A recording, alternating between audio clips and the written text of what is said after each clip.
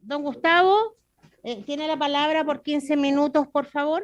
Muchas gracias. Muchas gracias, estimada presidenta. Bueno, muy buenas tardes por su intermedio a usted y a todos los diputados y diputadas presentes y a los miembros del equipo de soporte jurídico y técnico de esta comisión y obviamente a también mis otros colegas que hoy día expondrán. Como corporación, Comunidad y Justicia, se nos encomendó exponer y expresar nuestra opinión acerca del proyecto de ley que modifica y fortalece la ley 20.609, también conocida como Ley Zamudio.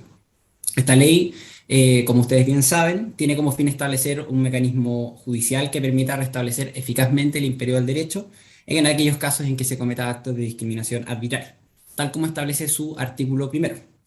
Lo anterior se encuentra en sintonía con lo dispuesto en el artículo primero de nuestra Constitución Política de la República, la cual declara que las personas nacen libres e iguales en dignidad y derechos, y en su artículo 19, número 2, que además de establecer la igualdad ante la ley, establece la interdicción de la discriminación arbitraria. Sin embargo, el actual proyecto de ley contiene diversos aspectos que a nosotros como corporación nos preocupan, pues difiere de elementos que son básicos de la justicia procesal y civil.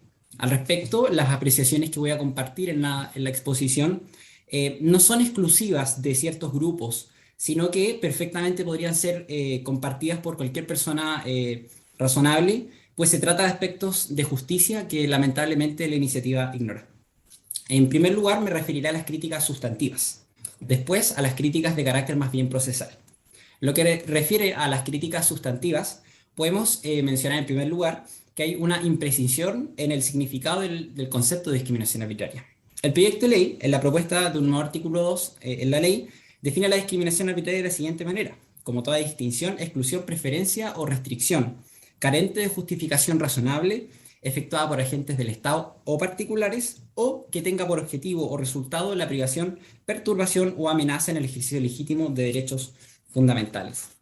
Respecto a lo anterior, es posible señalar que la noción de discriminación arbitraria es un poco confusa.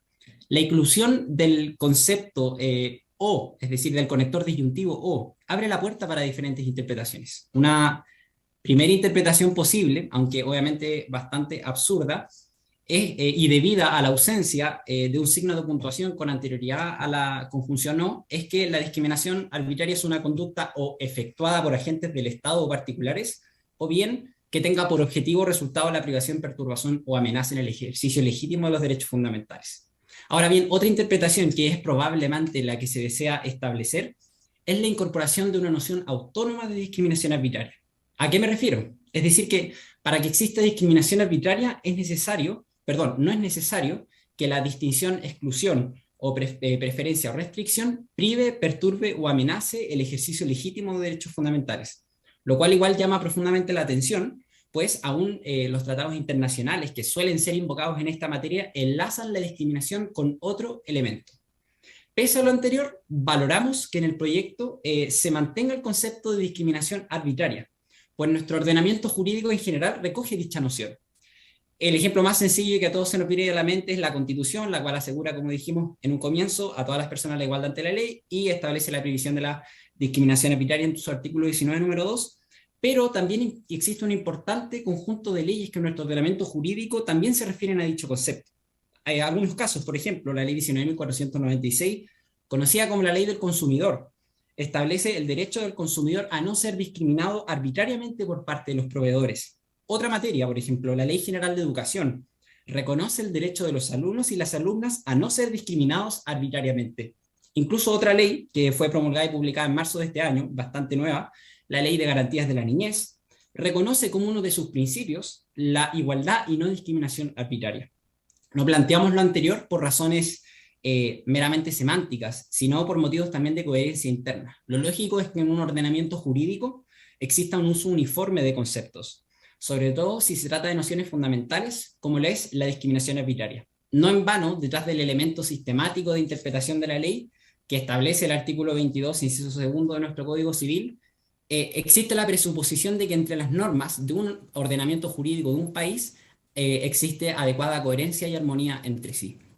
En segundo lugar, podemos señalar respecto a el concepto de discriminación arbitraria, que en este ámbito también se amplía lo que son las categorías sospechosas. Se amplía largamente esta lista de categorías sospechosas que actualmente existen en la ley. ¿A qué me refiero con categorías sospechosas? Se refiere a esta serie de notas o caracteres que por regla general no deben ser utilizados para el establecimiento de distinciones entre individuos y que a priori le indicarían al juez la configuración de una discriminación arbitraria. Dicha ampliación no solo se efectúa mediante la inclusión de nuevos conceptos, por ejemplo, las características sexuales, la seropositividad, entre otros, sino que también se consagra con una categoría genérica final que menciona cualquier otra condición física y o social.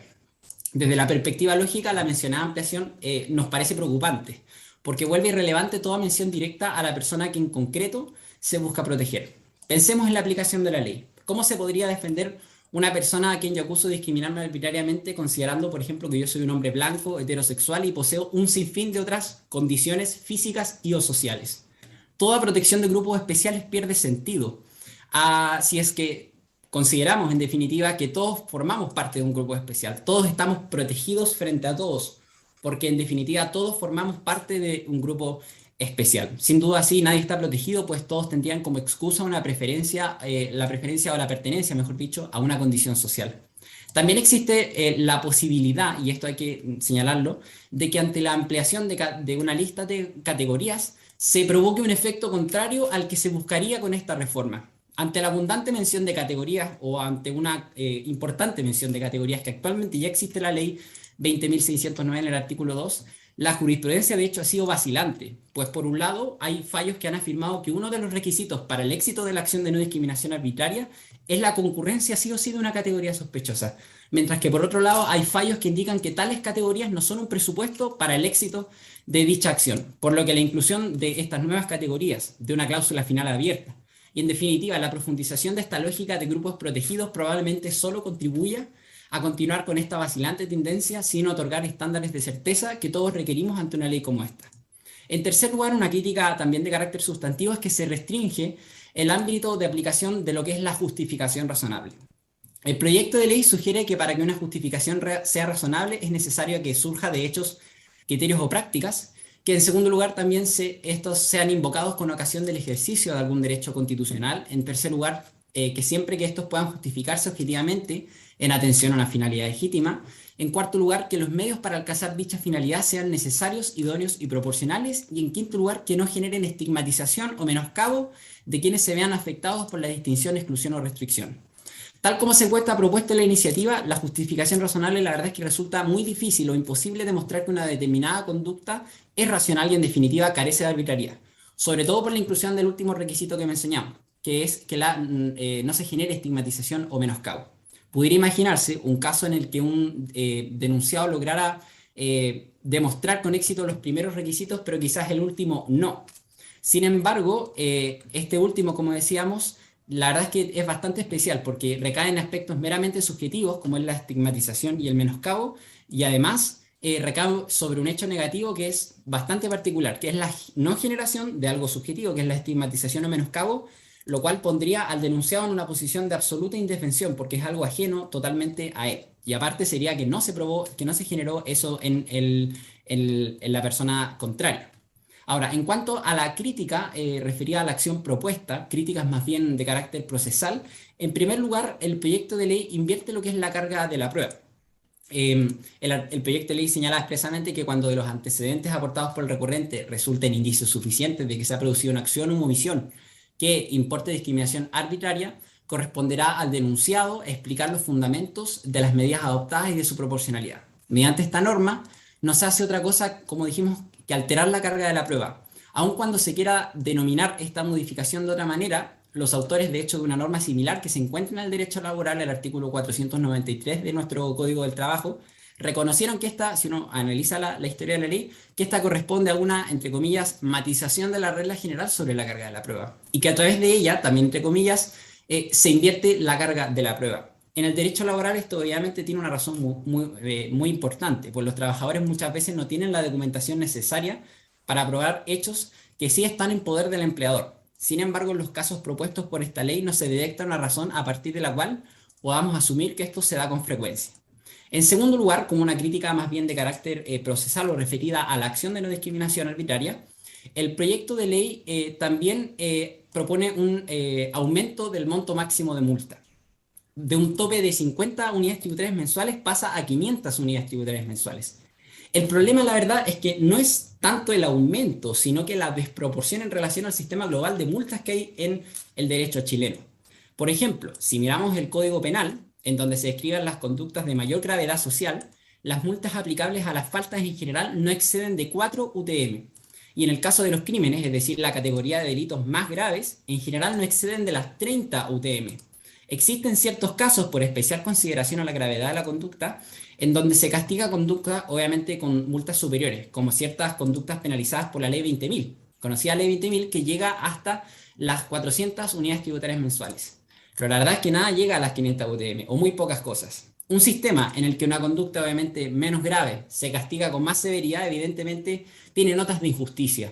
Por lo tanto, legislar en este sentido creemos que solo contribuiría a deslegitimar nuestro sistema procesal en circunstancias en las que la ciudadanía demanda todo lo contrario.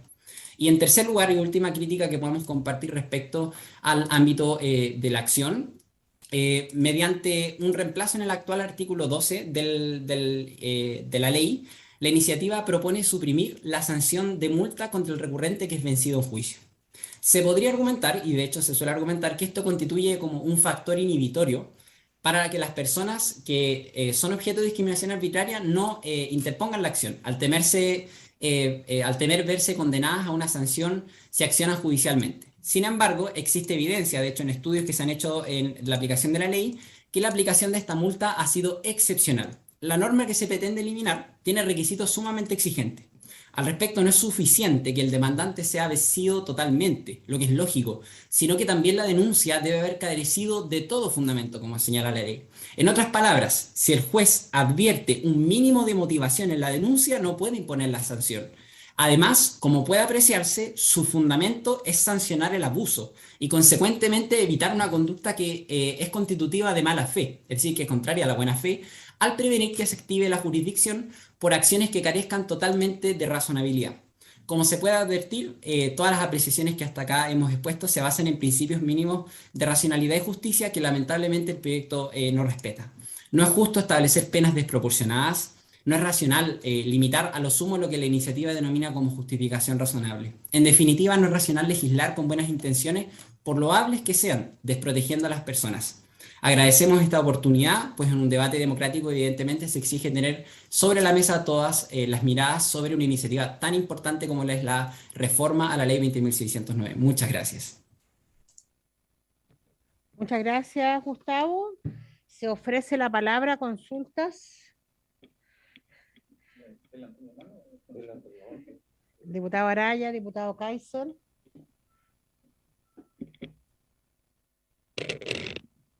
Gracias, Presidenta. Agradecerle a los expositores por ambas presentaciones.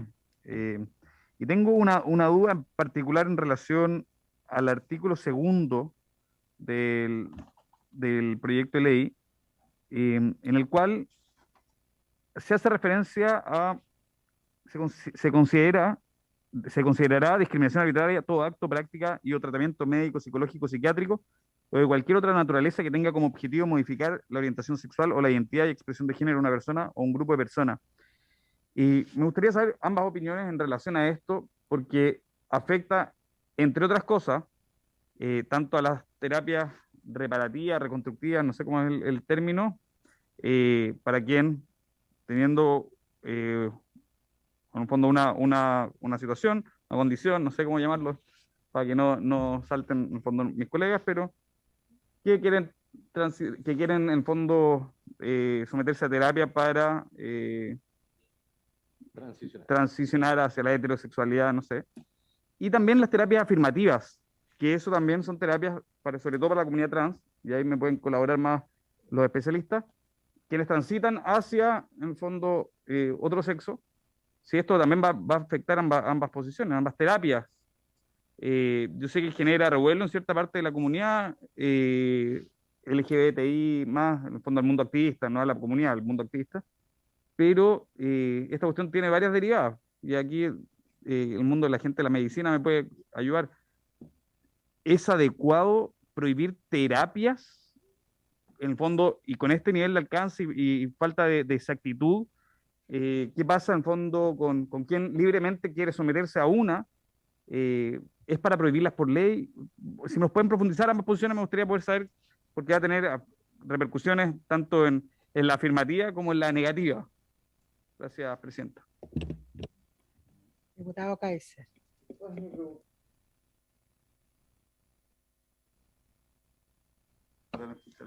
Muchas gracias, señora Presidenta. Por su intermedio, me gustaría consultarle a don Gustavo Ver si puede profundizar sobre el principio de litigio temerario y la necesidad de sanciones contra dicha conducta. Esto asociado con que en esta ley se establece también que terceros pueden interponer acción, no siendo ellos directamente los afectados. Y yo sospecho que se podría crear en torno a esto una especie de industria legal en torno a posibles querellas. Es decir, si yo no soy afectado, pero yo puedo, o sea, no querellas, pero denuncias, pero yo puedo denunciar al voleo, esperando que entonces me salgan multas o reparaciones, no habiendo ninguna sanción, si yo hago una denuncia temeraria, entonces evidentemente esta cuestión se puede desmadrar. Esa era la consulta que yo tenía para don Gustavo Ver. Y la segunda es la siguiente. Yo entiendo de que exista y ha existido siempre en nuestra civilización, en las más distintas civilizaciones, un cierto acercamiento a ingeniería social. Es decir, nosotros queremos mejorar nuestras sociedades con la intervención desde el poder. Yo naturalmente no comparto esa visión, pero esa es la razón por la cual estamos en lados distintos de la mesa política, digámoslo así. La ingeniería social, entonces, es decir, la intervención del poder para transformar a la sociedad en un lugar que sea la copia feliz del Edén, es decir, la utopía de Tomás Moro, es realmente un objetivo a querer alcanzar, y esa pregunta yo se la quiero presentar a Matías, que es representante de la Fundación Mejorar. Porque muchas veces nosotros hacemos ingeniería sobre cosas que no siempre entendemos 100%. ¿Cuál es la pregunta, diputado? La pregunta es, ¿él cree efectivamente que esta ingeniería social que está proponiendo no va a tener efectos secundarios? Muchas gracias. Diputada Bulnes. Perdón, entiendo que estamos hablando de la ley de perfeccionar, que estamos hablando de la ley de perfeccionar y modificar la ley 20.609. De verdad no entiendo qué es lo que tiene que ver con esta pretendida ingeniería social, y tampoco se me alcanza bien qué tiene que ver el tema de las terapias de reconversión con el tema de la prohibición de la no discriminación, de la discriminación, sea con apellido o sin apellido, de arbitraria. Perdón, pero me complica la pregunta porque no entiendo a qué va. Si estamos discutiendo las observaciones que se han hecho respecto de los expositores respecto de esta ley, puede ser que yo me haya perdido algo, pero de verdad no se me alcanza. Antes de Hay darle la temas que son muy palabra, interesantes de discutir, pero tenemos sí, que hablar de lo que estamos hablando concretamente. voy a pedir que los invitados nos respondan las consultas. Si no hay más consultas, ofrezco la palabra para estos puntos, pero espero que los invitados nos puedan responder las consultas. ¿Hay más consultas? ¿No? Por favor, primero. Yo no sé si... Pero puede ser después. Puede ser poco claro y sale poco Pero lo hacemos después. Si a lo mejor No sé si los invitados entendieron. Por eso voy a preguntar, si el diputado, si Gustavo y Matías entendieron las consultas para responder, por favor. De acuerdo. Gustavo primero, Matías después, y después hacemos un punto CC. Perfecto. Muchas gracias, estimada presidenta. Bueno, por su intermedio, en lo que se refiere a la pregunta de lo que se conoce, lo que algunos conocen como terapias de conversión, del diputado Araya, por su intermedio, le respondo. Y efectivamente, bueno, este proyecto en el artículo 2 propuesto de reemplazo de la ley 20.609 e incluye un inciso final en que efectivamente se considera como discriminación arbitraria lo que serían, y cito textual lo que dice el proyecto, todo acto, práctica y o tratamiento médico, psicológico, psiquiátrico o de cualquier naturaleza que tenga como objetivo modificar la orientación sexual o la identidad o expresión de género de una persona o un grupo de personas. Esto podría catalogarse o podría configurarse como una terapia de conversión, depende obviamente del punto de vista desde el que se vea, o incluso también otros han denominado esto como lo que son los ECO-CIEC, es decir, los esfuerzos para cambiar la orientación sexual, identidad y expresión de género. Se ha catalogado de distintas maneras, y cada uno con sus particularidades, obviamente. Este tema es un debate en primer lugar, y en mi opinión, que creo que debería tratarse en asuntos relacionados a identidad de género, expresión de género y orientación sexual. Los cuales evidentemente son invocados como categorías protegidas o categorías sospechosas, obviamente, del proyecto de ley, y por lo tanto son parte de un grupo de categorías en específico. Cuando hablamos de no discriminación arbitraria, estamos hablando de algo mucho, mucho más amplio, y por lo mismo, sin perjuicio de que esté relacionado, pero por lo mismo y por un tema de transparencia legislativa y del debate legislativo, es bueno que si alguien se conecta a ver la sesión en la cual estamos discutiendo este tema, sepa que estamos hablando ni nada más ni nada menos que de no discriminación arbitraria, y no de otra cosa que podría de alguna manera relacionarse, pero estamos hablando de eso directamente, que agrupa un sinfín de otras cosas. Entonces, creo en mi opinión que este tema debería abordarse en otro debate y no en un proyecto de ley como es este, que es referido a la no discriminación arbitraria. Ahora bien, cabe preguntarse, el proyecto de ley define lo que es la discriminación, la discriminación arbitraria, lo que en definitiva establece medidas en contra de la discriminación arbitraria, y por lo tanto cabe preguntarse si la noción que da de terapias de conversión el proyecto es o no discriminación arbitraria a la luz de la definición del inciso primero de este artículo 2. Una terapia de conversión, o conocida como conversión, ¿es necesariamente una distinción, exclusión, preferencia o restricción? Claramente no necesariamente va a ser sí o sí algo que queda incluido dentro de esa noción, por lo que incluso podrían entregarse herramientas para que el juez pueda dibujar el concepto de discriminación arbitraria y por lo tanto se incurra en efectos no deseados en la reforma. Ahora bien, si se concluye que esto sí es discriminación arbitraria, ¿por qué no incluir otras conductas que también serían discriminatorias en el artículo 2 en los incisos finales? No solo lo que se conoce como terapias reparativas, terapias de conversión, terapias afirmativas o los distintos conceptos que podamos invocar, también podríamos establecer un sinfín de otras conductas que per se o a priori serían consideradas como discriminatorias. No hay ninguna razón por la cual podríamos en específico proteger esto.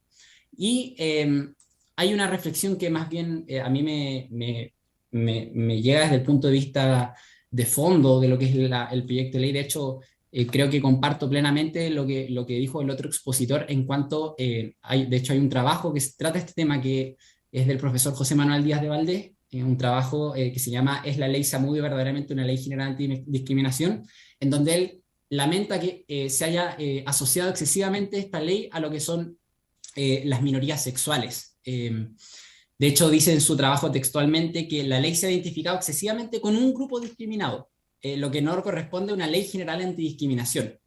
Por lo que, como decimos, habría que reflexionar, y creo que sería muy bueno que cada uno pudiera hacerlo, es que si la inclusión de este inciso final en el proyecto contribuye a fortalecer la normativa antidiscriminación, o bien si derechamente perpetúa esta lógica sectorizada, identitaria de lo que es la ley de antidiscriminación. De hecho, este profesor también dice otra cosa, dice, otros grupos deberían haber sido incluidos o haber sido tomados en cuenta en la ley, como son las minorías religiosas, los discapacitados, e incluso también dice que deberían haberse considerado fuertemente lo que es la discriminación sufrida por los pobres, que quizás podría ser la forma de discriminación más fuerte que existe y de la que menos quizás se habla. Entonces, hay que preguntar si quizás es el concepto de fondo, si realmente la inclusión de este inciso es correcto o no en el sentido del proyecto de ley, y por qué se estaría relevando una situación mientras que hay otras situaciones que podrían decir que son discriminatorias y que no se incluyen. Y en cuanto a la segunda pregunta del diputado Johannes Kaiser, por su intermedio, presidente, obviamente procedo a responder lo que refiere a la denuncia sin fundamento, al litigante temerario, la verdad es que este tema no lo puede vincular con lo que es la buena fe en el proceso. La buena fe en el proceso, bueno, y en general en nuestro sistema jurídico, la buena fe es un principio, es una norma que también tiene aplicabilidad y en el aspecto procesal tiene una importancia muy relevante. Una forma de protección a la buena fe es el establecimiento de sanciones para aquel que en este caso promueve un litigio sin fundamento. Esta norma que se propone eliminar en el proyecto, que está en el artículo 12 de la actual ley 20.609, no es única en nuestro derecho. Habitualmente se dice que es única, que es como algo que se inventó. No es única, de hecho existe una norma en el Código de Procedimiento Civil en materia de implicancia y recusaciones que establece respecto de aquel que reclama una implicancia o recusación y que es desechada, establece la condena en costas y el establecimiento de multas de carácter pecuniario. Este es el artículo 122 del Código de Procedimiento Civil. Si no es una norma única, aunque obviamente no es una norma que uno pueda encontrar fácilmente, el derecho en general sanciona las conductas que son constitutivas de abuso y por lo tanto que son contrarias a la buena fe. Y otra cosa que puedo afirmar respecto a este tema de la buena fe es que la iniciativa, por un lado, propone, como decíamos, eliminar la sanción al que denuncia sin fundamento, mientras que por otro lado, en otra modificación que hace la ley, en el artículo 10 de la ley, permite que el juez estime la prueba según y cito el proyecto de ley, según la buena o mala fe con que haya litigado las partes. En otras palabras, el proyecto de ley, por un lado, elimina una norma que tiene por fundamento evitar el abuso y, en definitiva, proteger la buena fe, pero por otro lado, el proyecto propone una norma que protege la buena fe. Entonces hay un aspecto contradictorio dentro del mismo proyecto y por lo tanto no se entiende cómo se está protegiendo la buena fe en la misma iniciativa y por lo tanto hay un tema ahí relacionado con el litigante temerario.